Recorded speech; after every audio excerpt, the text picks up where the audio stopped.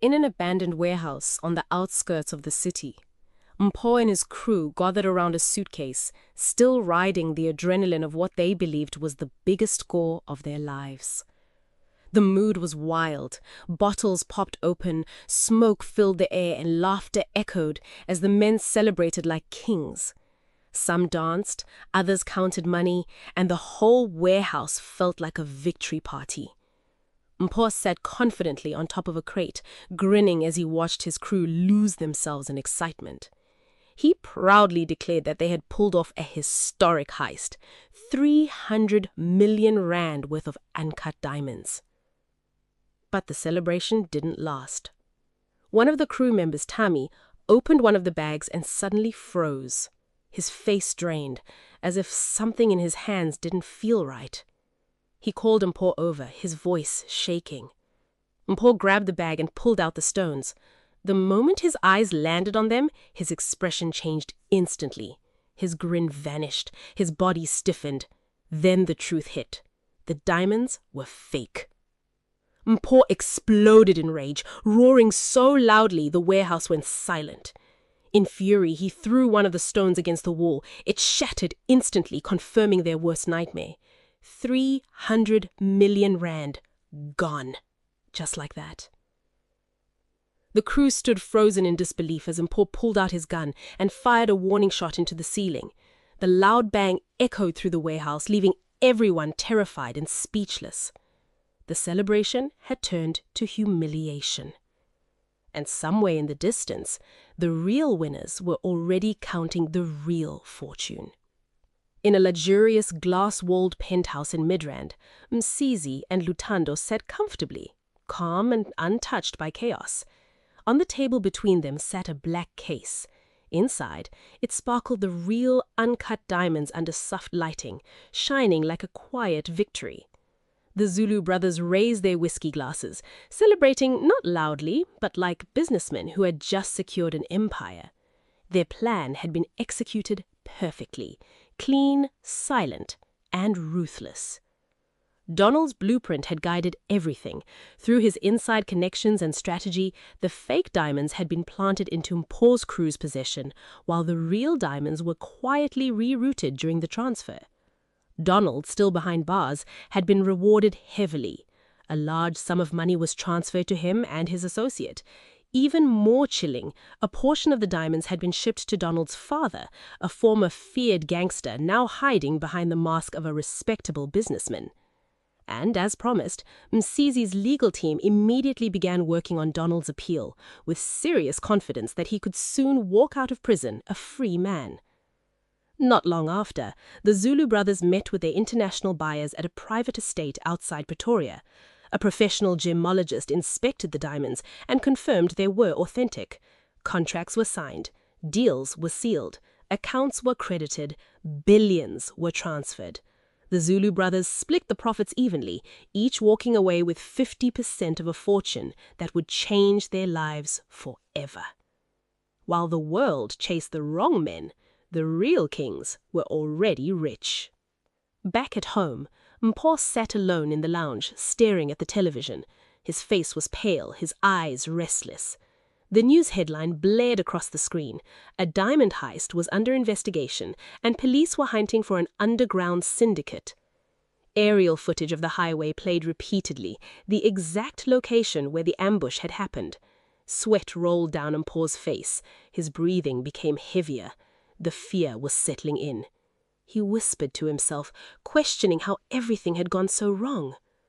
Then Mama Rose walked into the room carrying a tray of food. The moment she saw Mpho's expression, she stopped. She knew that look. It wasn't tiredness. It was fear. Mpho tried to brush it off, claiming he was just exhausted, but Mama Rose didn't believe him. She sat beside him, studying his face carefully.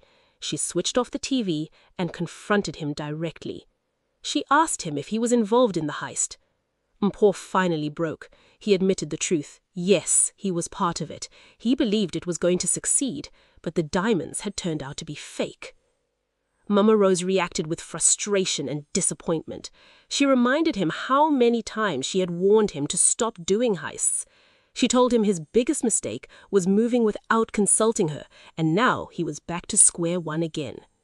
Mpho lowered his head in shame, admitting he didn't want to depend on her. But Mama Rose made it clear, her helping him wasn't dependence, it was survival. She told him they would now have to find him a place to disappear until the heat died down. Then her voice dropped into something colder. She warned him that the person who knew the plan best might be the same person who sold him out. Mama Rose walked away, leaving Mpho sitting in silence. A man defeated, a criminal exposed, and a storm approaching fast. In a quiet townhouse in Boksburg, the atmosphere felt tense despite the peaceful surroundings. Msizi sat comfortably in the living room with Linda, watching her carefully as she returned after checking on her son. But Linda didn't look calm. Her face was tight with worry, and her body language carried fear. Msizi immediately noticed something was wrong. Linda confessed that she couldn't shake the feeling that Mpho might have been involved in the recent diamond heist.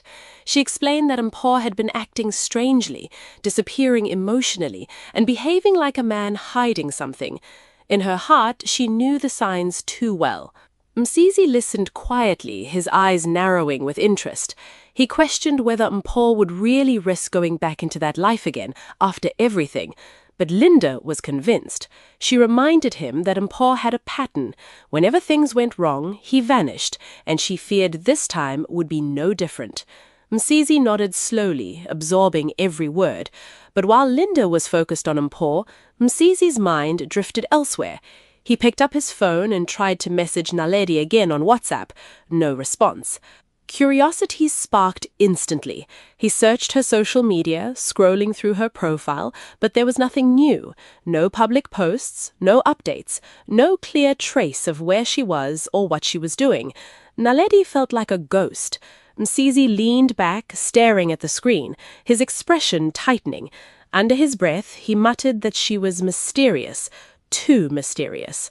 Linda heard him and asked what he meant, but Msizi quickly brushed it off. He wrapped his arm around her and changed the subject, pretending everything was normal. But deep inside, something was forming, something darker than curiosity. It wasn't just attraction anymore, it was obsession.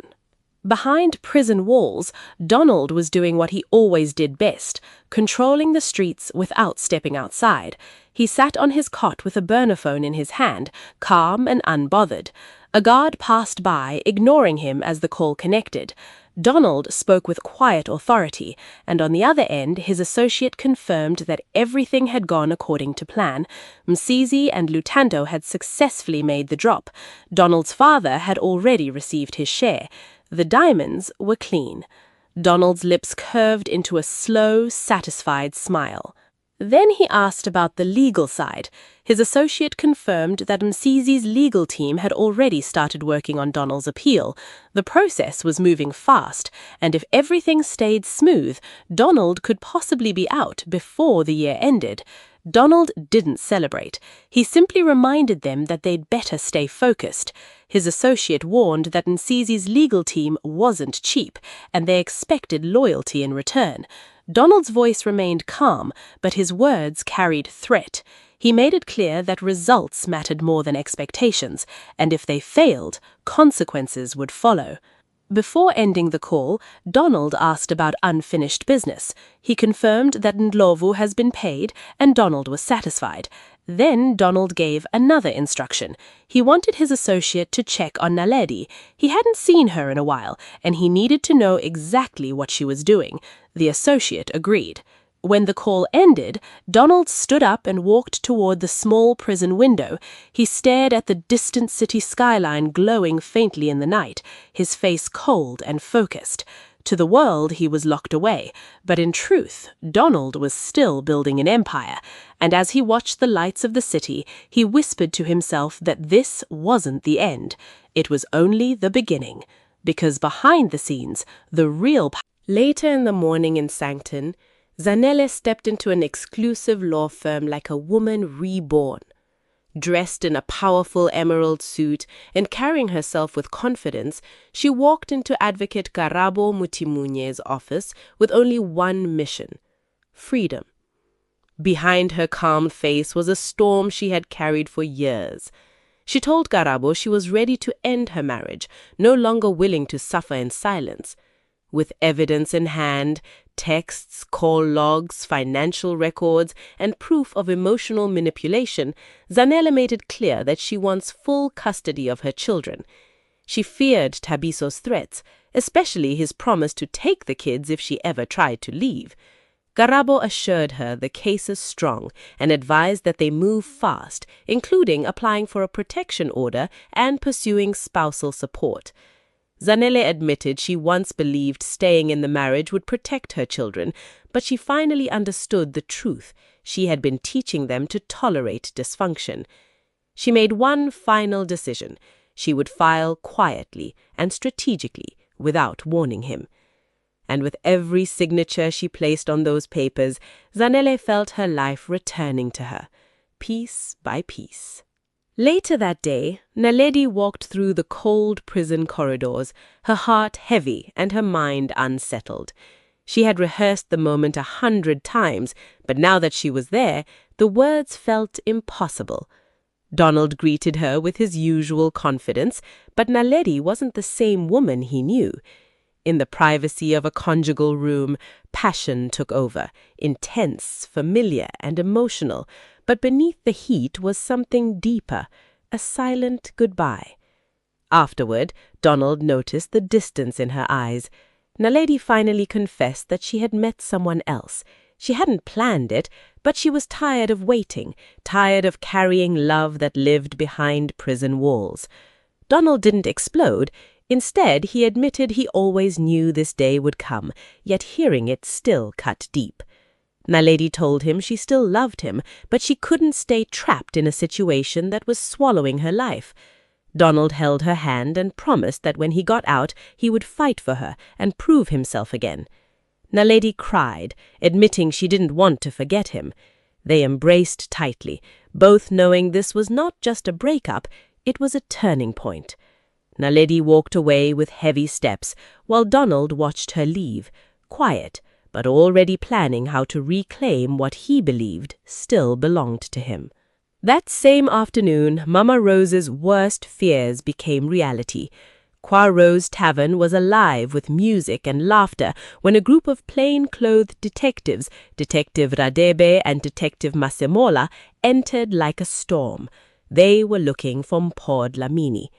Mama Rose kept her composure, claiming she hadn't seen him, even as they handed her a warrant and searched the property from corner to corner.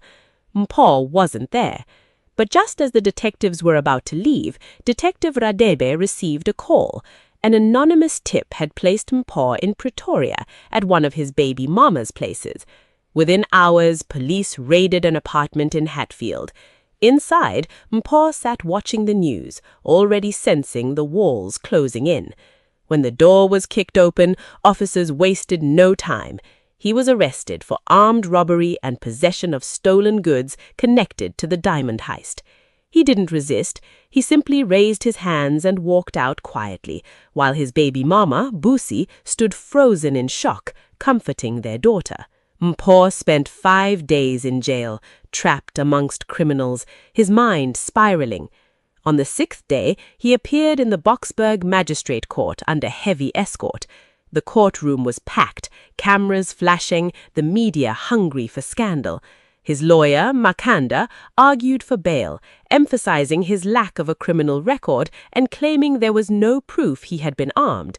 But the prosecutor pushed back hard, reminding the court that the crime involved millions in stolen diamonds. After tense deliberation, bail was granted under strict conditions.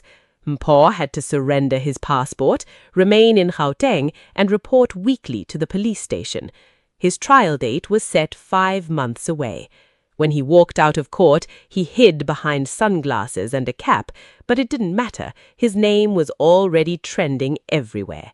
That evening, Mpho returned home to Poirot's, but peace didn't live there anymore. Mama Rose sat on the veranda waiting, her arms folded, her disappointment heavier than anger.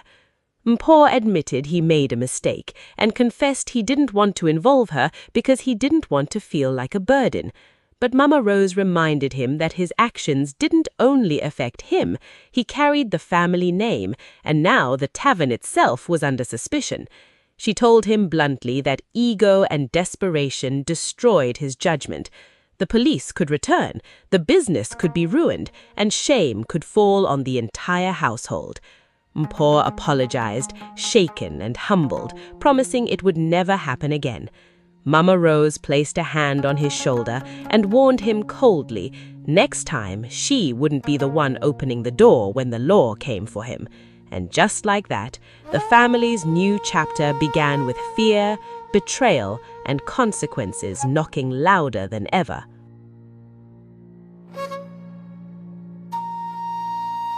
Four months passed, but peace still didn't fully settle in Gwarose. One night, Mama Rosa fell into a heavy sleep after the stress and hard work in the tavern, and whiskey weighed her spirit down.